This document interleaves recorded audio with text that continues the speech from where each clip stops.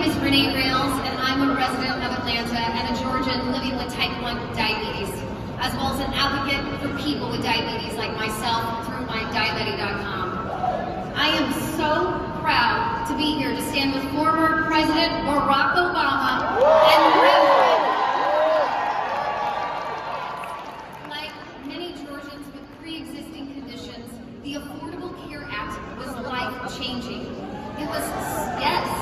It was such a relief to know that you no longer have to worry about if you would have access to health care. Thank you, President Obama. But the fight to make sure every Georgian has access to quality, affordable health care isn't done yet, and that's why I'm here tonight on behalf of Reverend Warnock. Through both his ministry and time in the U.S. Senate, Reverend Warnock has fought to protect the dignity of human beings and make our healthcare system work for all of us. Health equity, not just healthcare for people in a certain income bracket. Yes. Reverend Warnock successfully lowered the cost of insulin for people on Medicare.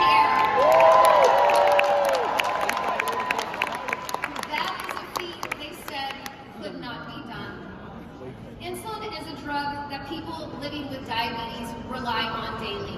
I am one of those people. I have type 1 diabetes, which means I'm insulin dependent. Without insulin, I will die, most likely, in a week. No diet, exercise, or nutrition, as a certain person said, will change this. I also did not get type 1 diabetes from eating too much sugar as a child.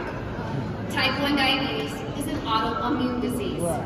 The patent for insulin was sold in 1923 for $1 because the people said it was for the world. It costs less than $10 to manufacture. But people who need life-saving insulin in America are being charged up to $1,000 per month for their prescription. Oh, boom! Indeed. Boom! 1 in 4 people ration their insulin because they cannot afford it. But Reverend Warnock continues to push for affordable insulin for all who need it.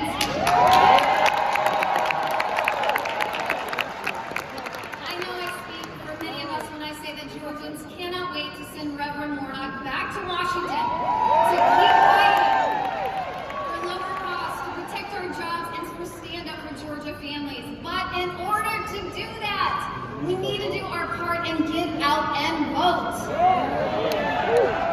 On Saturday, my son, my husband, and I all voted together as a family for Reverend Warnock. As we stood in line for over an hour, I saw people come and go because they thought the line was too long. I wanted to yell, please vote, please stay. It's a matter of life and death, literally. Now is the time to make your voices heard in this election. If we want to win, we need more Georgians to come out every day of early voting and on election day. Yes. So bring a book, bring a magazine, leave rural, but stay in line and vote. And if you think an hour and a half in line is too long, just imagine what 6 years will be like in Georgia if we do not send the best candidates. And that candidate is Senator Warnock. Early voting is from December 2nd, and election day is December 6th. Visit iwillvote.com and make a plan to vote. And thank you so much for having me.